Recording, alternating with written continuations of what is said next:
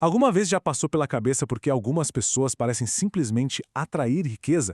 Sabe, quase sem esforço, enquanto outras batalham a vida inteira e não saem no lugar?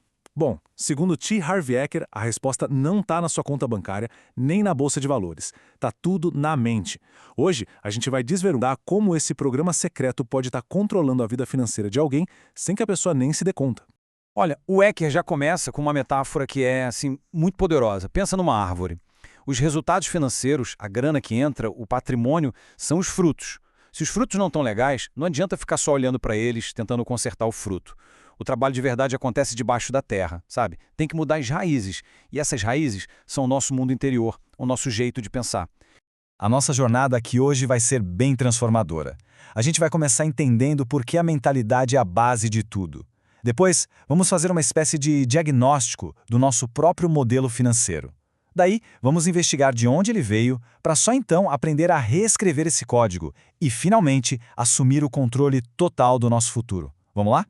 Ok, vamos direto ao ponto central. A riqueza é, antes de qualquer coisa, um jogo interno. Pensa comigo. Uma pessoa pode ter as melhores ferramentas, as melhores estratégias de investimento do mundo, mas se a caixa de ferramentas mental estiver toda bagunçada, cheia de crenças limitantes, de medos, todo o resto vai por água abaixo. E a credibilidade dessa ideia toda vem da história do próprio Eker. Ele teve vários negócios, e todos eles fracassaram. O sucesso só veio de verdade quando ele parou de procurar o negócio certo e começou a consertar a própria mente. Ele sacou que o problema não era externo, era o padrão de pensamento dele que o estava sabotando o tempo todo. Essa analogia do termostato financeiro é perfeita para ilustrar isso. Pensa num termostato de um ar-condicionado. Se ele está ajustado para 22 graus, não importa se lá fora está um calor de 40 graus ou um frio de 10. Ele vai trabalhar sem parar para manter a sala a 22 graus, certo? A nossa mente funciona do mesmo jeito com o dinheiro. Se o termostato de alguém está ajustado para ter o suficiente para pagar as contas, mesmo que essa pessoa ganhe na loteria, o subconsciente vai dar um jeito de se livrar da grana extra para voltar para essa zona de conforto. É impressionante. Então, como é que a gente chama esse tal termostato interno? O Eker define isso como o nosso modelo financeiro. É, basicamente, o programa que está rodando no nosso subconsciente e que dita todos os nossos pensamentos, sentimentos e ações em relação a dinheiro. E como é que esse programa funciona na prática? É uma cadeia de causa e efeito, bem simples de entender. A nossa programação lá do passado cria os pensamentos que a gente tem hoje. Esses pensamentos geram os nossos sentimentos. Os nossos sentimentos levam a gente a tomar certas ações.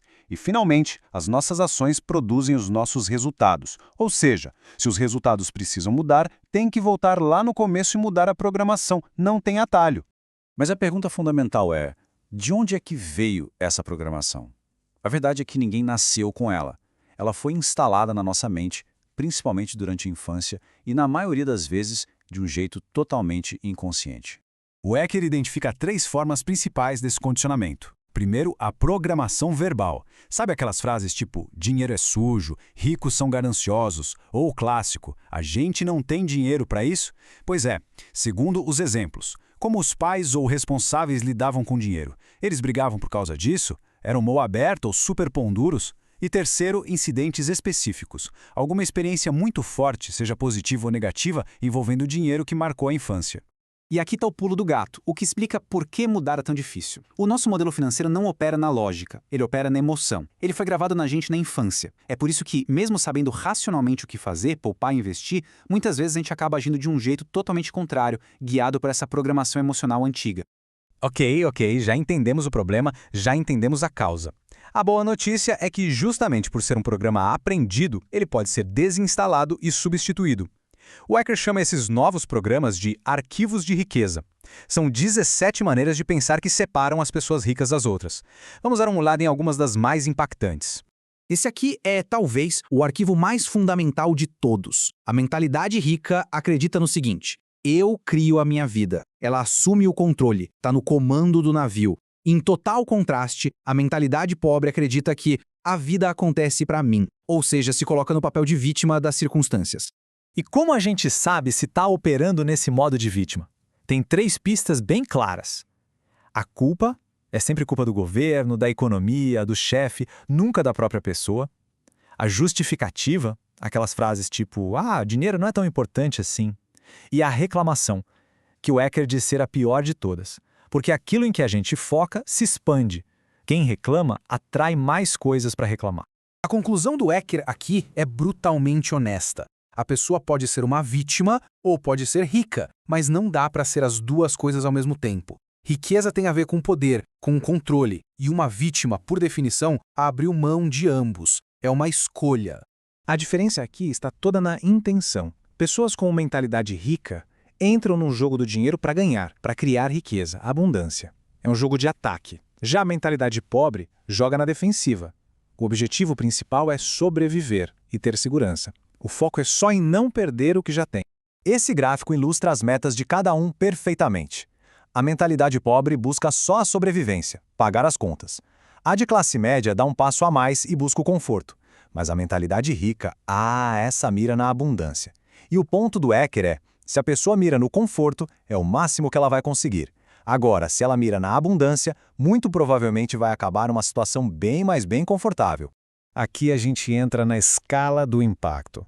A mentalidade rica entende que para ter resultados grandes é preciso pensar grande. Não tem como fugir disso.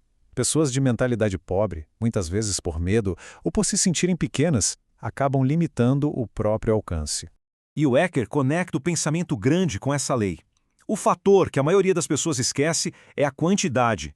É possível ter o melhor produto ou serviço do mundo, mas se ele só ajuda 10 pessoas, a renda vai ser limitada. Para enriquecer, é preciso encontrar uma maneira de impactar a vida de milhares, ou quem sabe milhões de pessoas. Chegamos na parte mais poderosa de todas. Perceber tudo isso é o primeiro passo, mas a verdadeira transformação vem da escolha.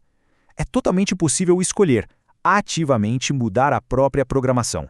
Você não é passageiro, é o motorista. O Eker nos dá um roteiro prático para essa mudança. Primeiro, a conscientização. Ouvir os próprios pensamentos, reconhecer os padrões que se repetem. Segundo, o entendimento. Compreender de onde esses padrões vieram. Terceiro, a dissociação. Sacar que esse pensamento aprendido não é a sua essência. E, finalmente, o recondicionamento. Declarar e agir de acordo com os novos arquivos de riqueza até que eles se tornem automáticos.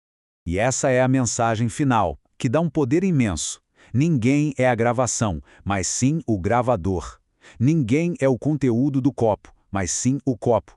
A programação passada não precisa definir o futuro, a não ser que se permita que ela defina. A escolha de instalar um novo software mental está aí, disponível para ser feita a qualquer momento. Então, a pergunta final não é sobre o passado, é toda sobre o futuro. Se o programa atual levou os resultados de hoje, o que um novo modelo, um modelo conscientemente escolhido, pode criar amanhã? A construção desse futuro começa com uma decisão, uma única decisão.